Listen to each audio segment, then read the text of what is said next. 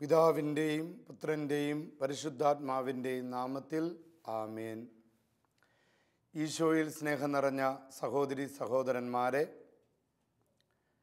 ദൈവത്തിൻ്റെ ശക്തി, സ്വർഗത്തിൻ്റെ ശക്തി, പെന്തക്കോസ്തയുടെ ശക്തി, പരിശുദ്ധാത്മാവ് എന്നെയും നിങ്ങളെയും ഈ സമയത്ത് ശക്തിപ്പെടുത്തട്ടെ, ബലപ്പെടുത്തട്ടെ എന്ന് ഞാൻ പ്രാർത്ഥിക്കുകയാണ്. വചനം തിരുവചനം എന്ന ശുശ്രൂഷകളിലൂടെ എവിടെയെല്ലാം ഈ ദൈവവചനം മുഴങ്ങിക്കേൾക്കപ്പെടുന്നുവോ ആ പ്രദേശങ്ങളെല്ലാം അനുഗ്രഹിക്കപ്പെടട്ടെ.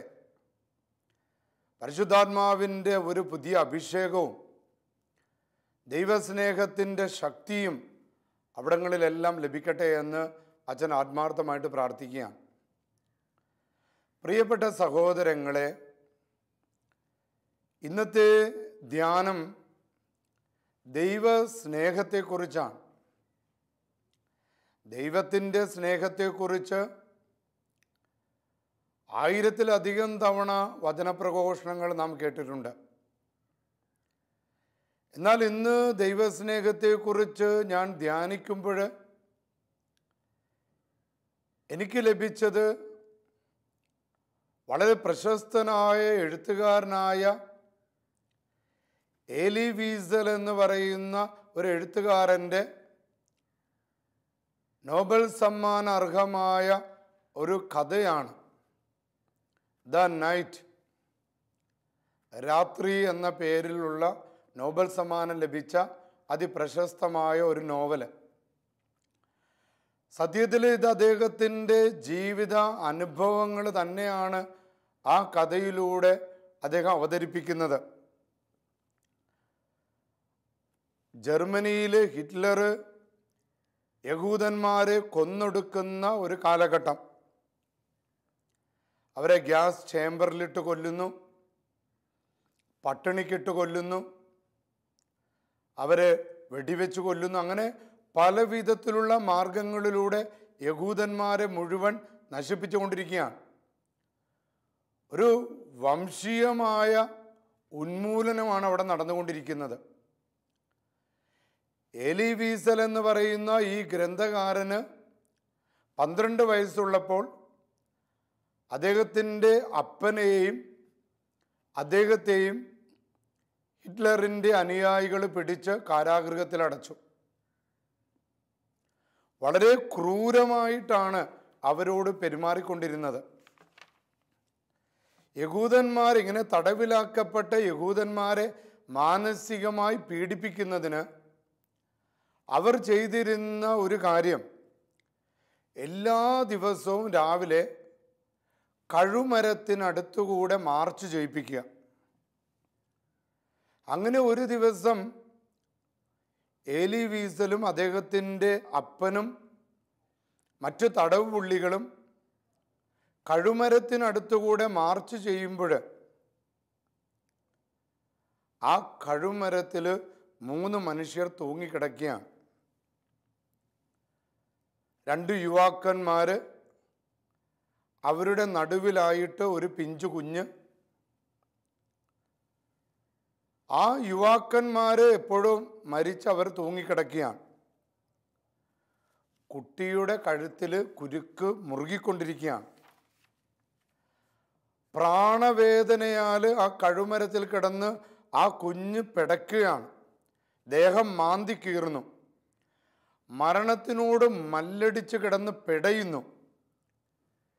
ഈ ദാരുണമായ കാഴ്ച കണ്ട് 12 വയസ്സുകാരനായ ഏലി വീസൽ തൻ്റെ കണ്ണുകൾ പൊത്തി. പിന്നിൽ മാർച്ച് ചെയ്തിരുന്ന ഒരു തടവ് പുള്ളി പൊട്ടിത്തെറിച്ചുകൊണ്ട് അലറി ചോദിക്കുകയാണ്, ഇവിടെ ഒരു ദൈവം ഉണ്ടോ? ദൈവം സ്നേഹമാണെന്ന് കേട്ടിട്ടുണ്ടല്ലോ. അങ്ങനെയാണെങ്കിൽ സ്നേഹമയ്യായ ആ ദൈവം എവിടെയാണ്?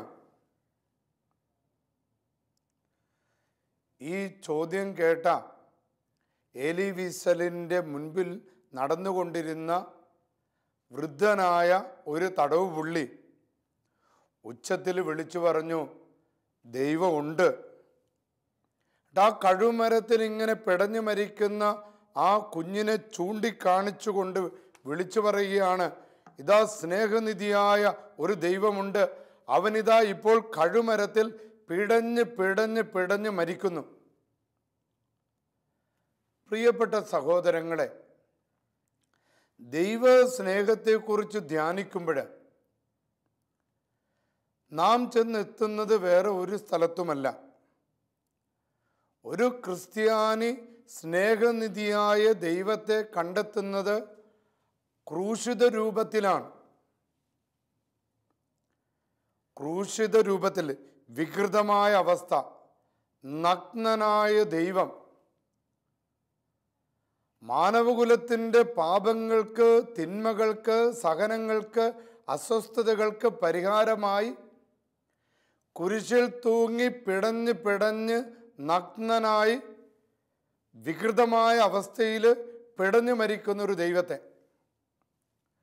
അതിനെ ചൂണ്ടിക്കാണിച്ചുകൊണ്ടാണ് യോഹന്നാൻ ശ്ലീഹ 1 യോഹന്നാൻ 4:16 ഇങ്ങനെ പഠിപ്പിക്കുന്നത്, ദൈവം സ്നേഹമാകുന്നു. ആ സ്നേഹത്തിൽ വസിക്കുന്നവൻ ദൈവത്തിലും ദൈവം അവനിലും വസിക്കുന്നു. ത്യാഗത്തിൻ്റെ, സമർപ്പണത്തിൻ്റെ, ദൈവഹിതത്തിന് വിട്ടുകൊടുക്കുന്നതിൻ്റെ മഹത്തായ ഉദാഹരണമായ ക്രൂശിത രൂപത്തെ നോക്കുന്നവന് മനസ്സിലാകും, ദൈവം സ്നേഹമാണ്.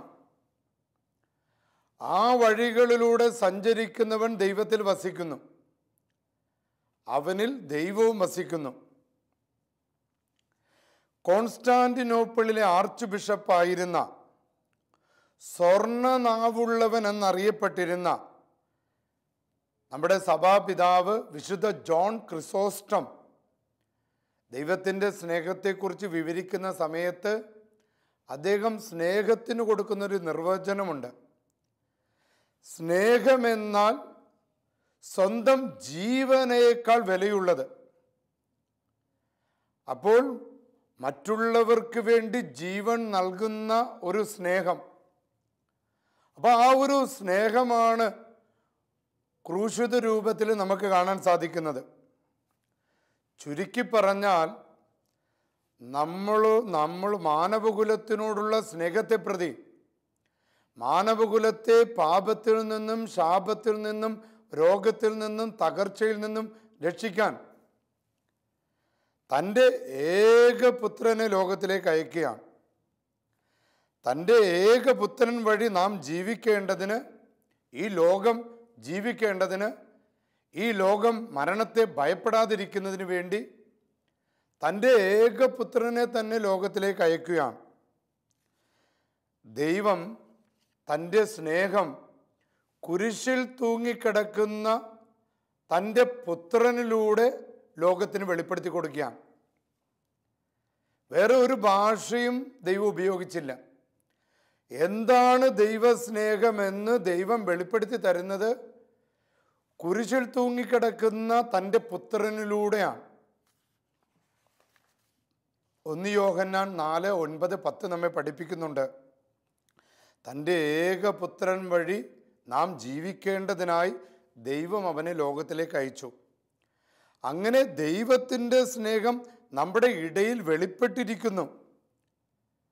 നാം ദൈവത്തെ സ്നേഹിച്ചു, മനുഷ്യൻ ദൈവത്തെ സ്നേഹിച്ചു എന്നതിലല്ല, അവിടുന്ന് നമ്മെ സ്നേഹിക്കുകയും നമ്മുടെ പാപങ്ങൾക്ക്, നമ്മുടെ അകൃത്യങ്ങൾക്ക്, നമ്മുടെ കുറവുകൾക്ക്, നമ്മുടെ അപകർഷതാബോധത്തിന്, നമ്മുടെ പോരായ്മകൾക്ക് ബലിയായി സ്വപുത്രനെ തന്നെ അയക്കുകയും ചെയ്തു എന്നതിലാണ് സ്നേഹം. അപ്പം വിശുദ്ധ യോഹന്നാൻ ദൈവസ്നേഹത്തിന് നൽകുന്ന വലിയൊരു നിർവചനമാണ്. നാം ജീവിക്കേണ്ടതിന്, നാം രക്ഷ പ്രാപിക്കേണ്ടതിന്, നമുക്ക് വിടുതൽ കിട്ടേണ്ടതിന്, അന്ധകാര ശക്തികളിൽ നിന്നും, പൈശാചിക ബാധകളിൽ നിന്നും, തകർച്ചകളിൽ നിന്നും നമുക്ക് രക്ഷ ലഭിക്കാൻ ദൈവത്തിൻ്റെ സ്നേഹം തൻ്റെ പുത്രനിലൂടെ, ക്രൂശിത രൂപത്തിലൂടെ നമുക്ക് വെളിപ്പെട്ട് നൽകിയാണ്. ഇവിടെ നാം ദൈവത്തെ സ്നേഹിച്ചു എന്നതിലല്ല, മറിച്ച് ആ ദൈവം മനുഷ്യനെ സ്നേഹിക്കുകയാണ്, മനുഷ്യനെ രക്ഷപ്പെടുത്താൻ ആഗ്രഹിക്കുകയാണ്. മനുഷ്യന് ഡെലിവറൻസ് നൽകാൻ ആഗ്രഹിക്കുകയാണ്. അതിനാണ് തൻ്റെ പുത്രൻ്റെ ചോരയും നീരും ആ തിരുവിലാവിൽ നിന്ന് ഒഴുക്കിയത്. ചുരുക്കി പറഞ്ഞാൽ നമ്മളോടുള്ള മനുഷ്യനോടുള്ള സ്നേഹത്താൽ ദൈവം തൻ്റെ ആത്മാവിനെ തന്നെയാണ് നൽകിയിരിക്കുന്നത്. തൻ്റെ ജീവൻ തന്നെയാണ് ദൈവം നൽകിയിരിക്കുന്നത്. പ്രിയപ്പെട്ട സഹോദരങ്ങളെ, ദൈവസ്നേഹത്തെക്കുറിച്ച് ചിന്തിക്കുമ്പോൾ നമുക്ക് ബൈബിൾ നൽകുന്ന മറ്റൊരു നിർവചനം, അമ്മയേക്കാൾ നമ്മളെ സ്നേഹിക്കുന്ന ദൈവത്തെക്കുറിച്ചാണ്. അമ്മയുടെ സ്നേഹം നമുക്കറിയാം, നമ്മുടെ അനുഭവമാണ്. ഒരമ്മ ഒരു കുഞ്ഞിന് വേണ്ടി ചെയ്യുന്ന ത്യാഗമൊക്കെ നമ്മുടെ അനുഭവമാണ്. പറഞ്ഞു കേട്ട ഒരു കഥയാണ്. ഒരിക്കൽ ഒരു മകൻ അമ്മയോട് പറഞ്ഞു, അമ്മേ അമ്മേ, അമ്മ എത്ര സുന്ദരിയാണ്, അമ്മയെ കാണാൻ എന്ത് ഭംഗിയാണ്. പക്ഷെ അമ്മയുടെ ഈ വലത് കൈയുണ്ടല്ലോ, അതിങ്ങനെ കറുത്ത് കരിവാളിച്ച് ഇരിക്കുന്നത് എനിക്ക് ഭയങ്കര വിഷമമാണ്. എനിക്കത് നാണക്കേടാണ് അമ്മ. അതുകൊണ്ട് അമ്മ പുറത്ത് വരുമ്പോൾ അമ്മയുടെ സാരി കൊണ്ട് ആ വലത് കൈ അമ്മ മറച്ചു പിടിക്കണേ. ഉടനെ അമ്മ കുഞ്ഞിനോട് പറഞ്ഞു, കുഞ്ഞേ, എൻ്റെ വലത് കൈ വളരെ സുന്ദരമായിരുന്നു, ഇപ്പോൾ നിനക്കത് നാണക്കേടാണ്. മറ്റുള്ളവർ എൻ്റെ ഈ കരിഞ്ഞിരിക്കുന്ന കൈ കാണുമ്പോൾ അത് മറ്റുള്ളവർ കാണാതിരിക്കാനല്ലേ നീ അത് പൊതിഞ്ഞു പിടിക്കണമെന്ന് പറഞ്ഞത്. എന്നാൽ കുഞ്ഞ്, ഒരു കാലത്ത് എൻ്റെ വലത് കൈ നല്ല സുന്ദരമായിരുന്നു, അതിന് ആരോഗ്യമുണ്ടായിരുന്നു. എന്നാൽ നീ വളരെ കുഞ്ഞായിരുന്ന സമയത്ത് നീ കട്ടിലിൽ കിടന്നുറങ്ങുമ്പോൾ മണ്ണെണ്ണ വിളക്ക് പെട്ടെന്ന് മറിഞ്ഞ് വീണ് കട്ടിലിന് തീ പിടിച്ചപ്പോൾ ഞാൻ വേറെ ഒന്നും ഓർക്കാതെ ഈ വലത് കൈ കൊണ്ട് ആ തീയുടെ ഉള്ളിലുണ്ടായിരുന്ന നിന്നെ രക്ഷിച്ചപ്പോഴാണ് കുഞ്ഞ് എൻ്റെ കൈ ഇങ്ങനെ സംഭവിച്ചത്. കുഞ്ഞ് വളരെ നിശബ്ദനായി. കുറെ കഴിഞ്ഞ് കുഞ്ഞ് പതുക്കെ അമ്മയുടെ അടുത്ത് വന്ന് അമ്മയെ കെട്ടിപ്പിടിച്ചൊരു ഉമ്മ കൊടുത്ത് അമ്മയുടെ വലത് കൈയെടുത്ത് ഉമ്മ വെച്ചിട്ട് പറഞ്ഞു, അമ്മേ, ഈ കൈയാണമ്മേ ഏറ്റവും സുന്ദരം. അപ്പം അമ്മമാരുടെ ജീവിതത്തെക്കുറിച്ച് പറയുമ്പോൾ നമുക്ക് ഇതേപോലെ ഒരുപാട് ഉദാഹരണങ്ങൾ നൽകാൻ സാധിക്കും. വചനം തന്നെ പറയുന്നത് കേട്ടോ, ഏഷ്യ 49:15, മുല കുടിക്കുന്ന കുഞ്ഞിനെ ഒരമ്മയ്ക്ക് മറക്കാനാവുമോ? പുത്രനോട് പെറ്റമ്മ കരുണ കാണിക്കാതിരിക്കുമോ? ഇനി ദൈവസ്നേഹത്തെക്കുറിച്ച് പറഞ്ഞ, അങ്ങനെയുള്ള ഒരു അമ്മ, അവൾ നിന്നെ മറന്നാലും ഞാൻ നിന്നെ മറക്കില്ല. മുല കുടിക്കുന്ന കുഞ്ഞിനെ അമ്മമാർക്ക് മറക്കാനാവില്ല. പുത്രനോട് പെറ്റമ്മ കരുണ കാണിക്കാതിരിക്കില്ല. അപ്പം അത്തരത്തിലുള്ള ഒരു അമ്മ നിന്നെ മറന്നാലും ഞാൻ നിന്നെ മറക്കില്ല എന്ന് ദൈവവചനം പഠിപ്പിക്കുക. ഇതും അച്ഛൻ പറഞ്ഞു കേട്ട ഒരു സംഭവമാണ്. കൽക്കട്ടയിൽ ഒരു ബോട്ട് അപകടത്തെക്കുറിച്ച് കേട്ടിട്ടുണ്ട്. ഒരമ്മ വെള്ളത്തിൽ താഴ്ന്ന് മരിച്ചു. അവർ മരിച്ചിട്ടും തൻ്റെ കുഞ്ഞിനെ ഉയർത്തിപ്പിടിച്ചിരുന്നു എന്ന് പറഞ്ഞു കേട്ടതാണ്. അപ്പോൾ കുഞ്ഞും മരിച്ചു, അമ്മയും മരിച്ചു. എങ്കിലും ആ കുഞ്ഞിനെ എടുത്ത് ഉയർത്തിപ്പിടിച്ച് അമ്മയുടെ കാലുകൾ ചെളിയിൽ പൂണ്ടിരിക്കുകയാണ്. ഇങ്ങനെയുള്ള ഒരു അമ്മ തൻ്റെ കുഞ്ഞിനെ സ്നേഹിച്ചു തുടങ്ങുന്നതിന് മുൻപ്, അതായത് ഒരു അമ്മയുടെ സ്നേഹം. അപ്പം ഇത്തരത്തിലുള്ള ഒരു അമ്മമാര് വചനം പറയാ, ഈ അമ്മമാര് നമ്മെ സ്നേഹിക്കുന്നതിന് മുൻപേ തന്നെ ദൈവം നമ്മെ സ്നേഹിക്കുക. നമ്മുടെ കാര്യങ്ങളിൽ ദൈവം ഇടപെടുകയും നമ്മളെക്കുറിച്ച് ദൈവത്തിന് പദ്ധതികൾ ഉണ്ടാകുകയും ആ ദൈവസ്നേഹത്തിൽ ആശ്രയിക്കാതിരിക്കുന്നതാണ് നാം ഓരോരുത്തരും ചെയ്യുന്ന പാപം. അപ്പം ദൈവത്തിൻ്റെ സ്നേഹത്തെ നിഷേധിക്കലാണ് പാപം. അപ്പം പെറ്റമ്മ നിന്നെ അറിയുന്നതിന് മുൻപ് തന്നെ നമ്മളെ സ്നേഹിക്കുന്ന ദൈവമാണ്. ജെറമ്യാ 1:5, മാതാവിൻ്റെ ഉദരത്തിൽ നിനക്ക് രൂപം നൽകുന്നതിന് മുൻപേ ഞാൻ നിന്നെ അറിഞ്ഞു, ജനിക്കുന്നതിന് മുൻപേ ഞാൻ നിന്നെ വിശുദ്ധീകരിച്ചു. അപ്പോൾ അമ്മയുടെ ഉദരത്തിൽ ഉരുവാക്കപ്പെടുന്നതിന് മുൻപേ നിന്റെ കാര്യങ്ങളിൽ ദൈവത്തിന് പദ്ധതിയുണ്ട്. അപ്പോൾ ദൈവത്തിൻ്റെ പദ്ധതിയിൽ നീ കീഴ്പ്പെടുക. സാത്താൻ്റെ പ്രലോഭനങ്ങൾ കടിമപ്പെട്ട് ദൈവനിഷേധത്തിലും വിശ്വാസക്കുറവിലേക്ക് നീ പോകരുത്. നീ ദൈവത്തോട് ചേർന്ന് നിൽക്കുമ്പോൾ നിന്നെ വിശുദ്ധീകരിച്ച, നിന്നെ അറിയുന്ന ദൈവം നിന്റെ കാര്യങ്ങളിൽ ഇടപെടും. അതാണ് ദൈവത്തിൻ്റെ സ്നേഹമെന്ന് പറയുന്നത്. അമ്മമാരുടെ സ്നേഹത്തെക്കുറിച്ച് വിശുദ്ധ പൗലോസ് പറയുന്നുണ്ട്. പ്രത്യേകിച്ച് പൗലോസ് ഗലാത്യക്കാർക്ക് എഴുതിയ ലേഖനത്തിൽ തൻ്റെ ദൈവവിളിയെക്കുറിച്ചുള്ള വലിയ ബോധ്യം ഇങ്ങനെയാണ് പ്രകടമാക്കുന്നത്: ഞാൻ മാതാവിൻ്റെ ഉദരത്തിലായിരിക്കുമ്പോൾ ദൈവം എന്നെ പ്രത്യേകം തിരഞ്ഞെടുത്തു. അപ്പോൾ മാതാവിൻ്റെ ഉദരത്തിലായിരിക്കുമ്പോൾ തന്നെ ദൈവത്തിൻ്റെ അവിടെ തിരഞ്ഞെടുപ്പ് നടക്കുകയാണ്. അപ്പം അതാണ് ദൈവസ്നേഹം. ഒരാൾക്ക് ദൈവവിളി കൊടുക്കുന്നത് ജനിക്കുന്നതിന് മുൻപേ. അപ്പം ഈ ഒരു ദൈവസ്നേഹത്തെക്കുറിച്ച് ധ്യാനിക്കാനുള്ള ഒരു വലിയ വിളിയാണ് ഇന്നത്തെ വചനം തിരുവചനം എന്ന ശുശ്രൂഷയിലൂടെ നമുക്ക് ലഭിച്ചുകൊണ്ടിരിക്കുന്നത്. അപ്പം അമ്മയേക്കാൾ മാത്രമല്ല, നമുക്ക് നമ്മുടെ സ്നേഹത്തിൻ്റെ അനുഭവമാണല്ലോ നമ്മുടെ അപ്പന്മാർ. എനിക്കൊരു അപ്പനെ കുറിച്ചറിയാം. ഒരപ്പൻ മകനെ അത്രമാത്രം സ്നേഹിച്ചു. മകൻ വളർന്ന് വലുതായി. അവൻ കഞ്ചാവും മദ്യവും ഒക്കെ എടുക്കാൻ തുടങ്ങി. ആ മകൻ്റെ മുഖം ഇരുണ്ടു. അവൻ പണം കിട്ടാൻ വേണ്ടി ഈ അപ്പനെ അതിക്രൂരമായിട്ട് ദ്രോഹിക്കും, വളരെയധികം ഉപദ്രവിക്കും. ഈ അപ്പനോട് എല്ലാവരും പറഞ്ഞു, അവനെതിരെ കേസ് കൊടുക്ക്, അവനെ പോലീസുകാരെ കൊണ്ട് തല്ലിക്കും. പക്ഷേ ഈ അപ്പൻ ആ സമയങ്ങളിലെല്ലാം വെറും ഒരു നെടുവീർപ്പാണ്. അവൻ എൻ്റെ മോനല്ലേ, അവനെതിരെ ഞാൻ എങ്ങനെ കേസ് കൊടുക്കുക? അപ്പോൾ പ്രിയപ്പെട്ട സഹോദരങ്ങൾ, ഇതേപോലെ എത്രയോ അപ്പന്മാരുണ്ട്. വൃദ്ധരായിട്ടുള്ള അപ്പന്മാരെ ദ്രോഹിക്കുന്ന മക്കളില്ലേ? പല മാതാപിതാക്കളും വളരെ കരുണയോടെ അവരെല്ലാം ഹൃദയത്തിൽ ദൈവത്തെ പ്രതി, ദൈവം തങ്ങൾക്ക് നൽകിയ കുഞ്ഞിനെ വേറെ ആരും ഉപദ്രവിക്കുന്നത് അവർക്ക് ഇഷ്ടമല്ലാത്തത് കൊണ്ട് അവർ ആ സ്നേഹം കൊണ്ട് അവരോട് ക്ഷമിക്കുകയാണ്. ഇവിടെ അങ്ങനെയുള്ള ഒരു അപ്പനേക്കാൾ, അങ്ങനെയുള്ള ഒരു അമ്മയേക്കാൾ ദൈവം നമ്മെ സ്നേഹിക്കുകയാണ്. അതുകൊണ്ടാണ് കർത്താവായ ഈശോ പിതാവായ ദൈവത്തെ നമുക്ക് പരിചയപ്പെടുത്തി തരുന്നത്. ആബാ പിതാവേ, സ്വർഗസ്ഥനായ ഞങ്ങളുടെ പിതാവേ. അപ്പോൾ ദൈവവും മനുഷ്യനും തമ്മിലുള്ള ബന്ധം ഒരു സ്നേഹത്തിൻ്റെ ബന്ധമാണ്. അപ്പനും മക്കളുടെയും ബന്ധമാണ്. ആബാ, എൻ്റെ അപ്പച്ച, എൻ്റെ അപ്പ.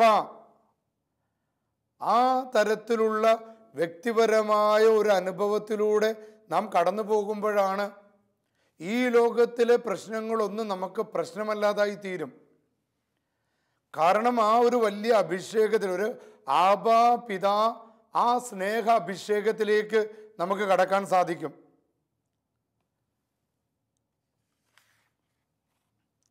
ഏഷ്യ 44:8 പഠിപ്പിക്കുക: കർത്താവേ, അങ്ങ് ഞങ്ങളുടെ പിതാവാണ്. കർത്താവേ, അങ്ങ് ഞങ്ങളുടെ അപ്പനാണ്. ഞങ്ങൾ കളിമണ്ണും അങ്ങ് കുശവനുമാണ്. ഞങ്ങൾ അങ്ങയുടെ കരവേലയാണ്. അപ്പം നമ്മുടെ അപ്പൻ ആണ് നമ്മുടെ ദൈവം. നാം വെറും കളിമ. അപ്പം നാം രൂപപ്പെട്ടു വരുന്നത് മാനസികവും ശാരീരികവും ആത്മീയവും സാമ്പത്തികവും മറ്റു ഭൗതികവും എല്ലാം നാം വളർന്നു വരുന്നത് ആ ദൈവത്തിന്, നമ്മുടെ അപ്പന് നമ്മളോടുള്ള അടങ്ങാത്ത സ്നേഹം കൊണ്ടാണ്, വ്യവസ്ഥകളില്ലാത്ത സ്നേഹം കൊണ്ടാണ്, അൺകണ്ടീഷണൽ ലവ് കൊണ്ടാണ്. അത്രമാത്രം ദൈവം നമ്മെ സ്നേഹിക്കുകയാണ്. അമോറിസ് ലത്തീസിയ എന്ന അപ്പോസ്തലിക പ്രബോധനത്തിൽ ഫ്രാൻസിസ് പാപ്പ നമ്മെ പഠിപ്പിക്കുന്നത് എന്താ? ദൈവസ്നേഹം അനുഭവിക്കാൻ സാധിക്കുന്നില്ലെങ്കിൽ കുടുംബമില്ല. ഒരു കുടുംബത്തിൽ ദൈവത്തിൻ്റെ സ്നേഹമുണ്ടാകണം. അമോറിസ് ലത്തീസിയ എന്ന ആ അപ്പോസ്തലിക പ്രബോധനത്തിൽ സ്നേഹത്തിൻ്റെ സന്തോഷം എന്ന ആ അപ്പോസ്തലിക പ്രബോധനത്തിൽ സ്നേഹത്തെക്കുറിച്ചുള്ള അനവധി വചനങ്ങളാണ് ഫ്രാൻസിസ് പാപ്പ ഉപയോഗിക്കുന്നത്. അതിൽ ഒരു പ്രധാനപ്പെട്ട വചനമാണ് 1 കൊറിന്ത്യർ 13:2-3 വരെ. മലകളെ മാറ്റാൻ തക്ക വിശ്വാസം എനിക്കുണ്ടായിരുന്നാലും സ്നേഹമില്ലെങ്കിൽ ഞാൻ ഒന്നുമല്ല. അപ്പം ഞാൻ സ്നേഹമുള്ളവനാകണമെങ്കിൽ ആദ്യം ഞാൻ ദൈവസ്നേഹമുള്ളവനാകണം. ദൈവത്തെ സ്നേഹിക്കുന്നവനും ദൈവത്തെ ഭയപ്പെടുന്നവനും ആ സ്നേഹം കൊണ്ടുള്ള ഭയം, അവന് മാത്രമാണ് മാതാപിതാക്കളെ സ്നേഹിക്കാൻ സാധിക്കുകയുള്ളൂ.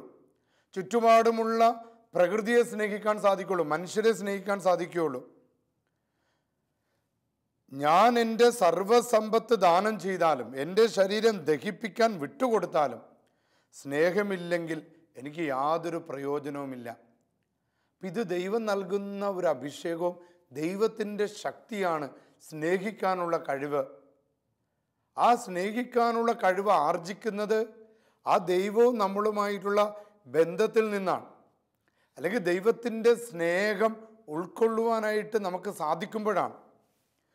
നമ്മുടെ ജീവിതത്തിൻ്റെ ശക്തിയാണ് സ്നേഹം, നമ്മുടെ രോഗശാന്തിയാണ് സ്നേഹം, നമുക്ക് ആന്തരിക സൗഖ്യം നൽകുന്നതാണ് സ്നേഹം, നമ്മെ എളിമപ്പെടുത്തുന്നതാണ് സ്നേഹം. സ്നേഹം കൊടുക്കണമെങ്കിൽ സ്നേഹം അറിയണം, സ്നേഹം അനുഭവിക്കണം. നമുക്ക് സ്നേഹം കൊടുക്കാൻ സാധിക്കണമെങ്കിൽ സ്നേഹം ആദ്യം നാം അറിയണം, സ്നേഹത്തെ നാം അനുഭവിക്കണം. ആ അനുഭവം ആദ്യം ആ ദൈവസ്നേഹം അനുഭവിക്കുന്ന വ്യക്തിക്ക് മാത്രമാണ് മറ്റുള്ളവരെ സ്നേഹിക്കാനായിട്ട് സാധിക്കുള്ളൂ. സ്നേഹത്തെക്കുറിച്ച് വിശുദ്ധ പൗലോസ് നൽകിയതിനേക്കാൾ പ്രായോഗികമായ ഒരു നിർവചനം വേറെയില്ല. സ്നേഹം ദീർഘക്ഷമയുള്ളതും. 1 കൊറിന്ത്യക്കാർക്ക് എഴുതിയ ലേഖനം 13-ാം അധ്യായം 4-7 വരെ. സ്നേഹം ദയയുള്ളതുമാണ്. സ്നേഹം അസൂയപ്പെടുന്നില്ല. സ്നേഹം ആത്മപ്രശംസ ചെയ്യുന്നില്ല. സ്നേഹം അഹങ്കരിക്കുന്നില്ല. സ്നേഹം അനുചിതമായി പെരുമാറുന്നില്ല. സ്വാർത്ഥം അന്വേഷിക്കുന്നില്ല. കോപിക്കുന്നില്ല. വിദ്വേഷം പരത്തുന്നില്ല. സത്യത്തിൽ ആഹ്ലാദിക്കുന്നു. സ്നേഹം സകലതും സഹിക്കുന്നു, സകലതും വിശ്വസിക്കുന്നു, വിശ്വസിക്കുന്ന സകലതും പ്രത്യാശിക്കുന്നു, സകലത്തെയും അതിജീവിക്കുന്നതാണ് സ്നേഹം. അപ്പം നമ്മുടെ ജീവിതത്തിലെ എല്ലാ പ്രതിസന്ധികളെയും തരണം ചെയ്യുവാനുള്ള ആത്മീയ ബലമാണ് സ്നേഹം. ഫ്രാൻസിസ് പാപ്പ നമ്മെ പഠിപ്പിക്കുന്നത് നമുക്ക് കേൾക്കാം. സ്നേഹം ദീർഘക്ഷമയുള്ളതാണെന്നുള്ള നിർവചനം കൊടുക്കുന്നത് സ്നേഹം വികാരപരമായി പ്രവർത്തിക്കുന്നില്ല, സ്നേഹം ദ്രോഹം ഒഴിവാക്കുന്നു, ദൈവത്തെപ്പോലെ ക്ഷമാശീലം വളർത്തുന്നതാണ് സ്നേഹം, പാപികളോടും ശത്രുക്കളോടും കരുണയുള്ള ദൈവത്തെ അനുകരിച്ച് മറ്റുള്ളവരോട് കരുണ കാണിക്കുന്നതാണ് സ്നേഹം. പ്രിയപ്പെട്ടവരെ, ചുരുക്കി പറഞ്ഞാൽ ക്ഷമയുടെ എതിർഭാഗമാണ് സ്നേഹമെന്ന്, അതായത് ക്ഷമിക്കാനായിട്ടൊരു ആൾക്കുള്ള കഴിവ് കൊടുക്കുന്നത് ദൈവസ്നേഹമാണെന്ന് ഫ്രാൻസിസ് പാപ്പ നമ്മെ പഠിപ്പിക്കുകയാണ്. എഫേസ്യക്കാർക്ക് എഴുതിയ ലേഖനം 4-ാം അധ്യായം 31-32 വരെ. സകല വിദ്വേഷവും ക്ഷോഭവും ക്രോധവും അട്ടഹാസവും ദൂഷണവും എല്ലാ തിന്മകളോടുകൂടെ നിങ്ങൾ ഉപേക്ഷിക്കുവിൻ. ദൈവം ക്രിസ്തു വഴി നിങ്ങളോട് ക്ഷമിച്ചതുപോലെ നിങ്ങളും പരസ്പരം ക്ഷമിച്ചും കരുണ കാണിച്ചും ഹൃദയാർദ്രതയോടെ പെരുമാറുവിൻ. പ്രിയപ്പെട്ട സഹോദരങ്ങളെ, ഇന്നത്തെ ധ്യാനത്തിൽ നാം ദൈവസ്നേഹത്തെക്കുറിച്ച്, ക്രൂശിതനായ ക്രിസ്തുവിൽ ദൈവത്തിൻ്റെ സ്നേഹം, ആ ക്രൈസ്തവ ദൈവസ്നേഹമാണ് ആ ക്രൂശിത രൂപത്തിൽ വെളിപ്പെട്ട് കിട്ടുന്നത്. അപ്പോൾ ദൈവസ്നേഹത്തെക്കുറിച്ച് ധ്യാനിച്ച് നമുക്ക് ആ ദൈവസ്നേഹം നമ്മുടെ ജീവിതത്തിൽ പ്രാവർത്തികമാക്കാനായി നമുക്ക് പരിശ്രമിക്കാം. കർത്താവായ ഈശോയെ, അത്ഭുതങ്ങളുടെ ദൈവമേ, അടയാളങ്ങളുടെ ദൈവമേ, സ്നേഹരാഹിത്യത്താൽ മരവിച്ചിരിക്കുന്ന സകല മനുഷ്യരെയും പരിശുദ്ധാത്മാവിനെ നൽകി, ദൈവസ്നേഹത്തെ നൽകി ഒരിക്കൽ കൂടെ ഉജ്ജ്വലിപ്പിക്കണമേ. നിരാശയിൽ കഴിയുന്നവരുടെ ഉള്ളിലേക്ക് ദൈവത്തിൻ്റെ സ്നേഹത്തെ അഴക്കണമേ. വെറുപ്പിൽ, വിദ്വേഷത്തിൽ, പകയിൽ ക്ഷമിക്കാൻ കൂട്ടാക്കാതെ കഴിയുന്നവരിലേക്ക് ദൈവത്തിൻ്റെ സ്നേഹം ഇറങ്ങി വരട്ടെ. അങ്ങനെ സകലവിധ ബന്ധനങ്ങൾ, സകലവിധ രോഗങ്ങൾ, സകലവിധ അസ്വസ്ഥതകൾ കർത്താവായ യേശുവിൻ്റെ സ്നേഹത്തിൻ്റെ ശക്തിയാൽ, കർത്താവായ യേശുവിൻ്റെ നാമത്താൽ, എൻ്റെ പൗരോഹിത്യത്തിൻ്റെ അധികാരത്താൽ, കത്തോലിക്ക സഭയുടെ നാമത്താൽ, പരിശുദ്ധ കുർബാനയുടെ ശക്തിയാൽ നിങ്ങളിൽ നിന്ന് സ്നേഹത്തിനെതിരായിട്ടുള്ള സകലവിധ തിന്മകളും വിട്ടുപോകട്ടെ എന്ന് പ്രാർത്ഥിക്കുന്നു. പിതാവിൻ്റെയും പുത്രൻ്റെയും പരിശുദ്ധാത്മാവിൻ്റെ നാമത്തിൽ ആമേൻ.